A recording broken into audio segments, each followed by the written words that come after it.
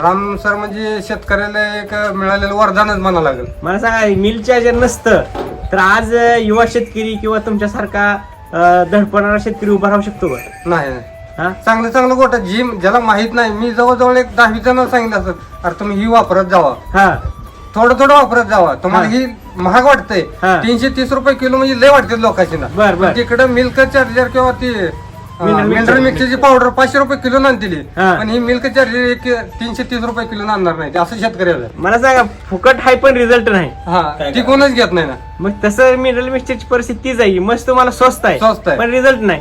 वर्षाचा जर सगळा टोटल गोट्यातला खर्च काढला तर किती होईल? माझा लाख रुपये नुसता मेडिकलचा खर्च होत होता. म्हणजे खर्च लाख रुपये बरोबर हा. आहे. कसला ऑर्डरचा. आधारचा आणि मला सांगा मिल्क चार्जर किती जाईल वर्षभराचं?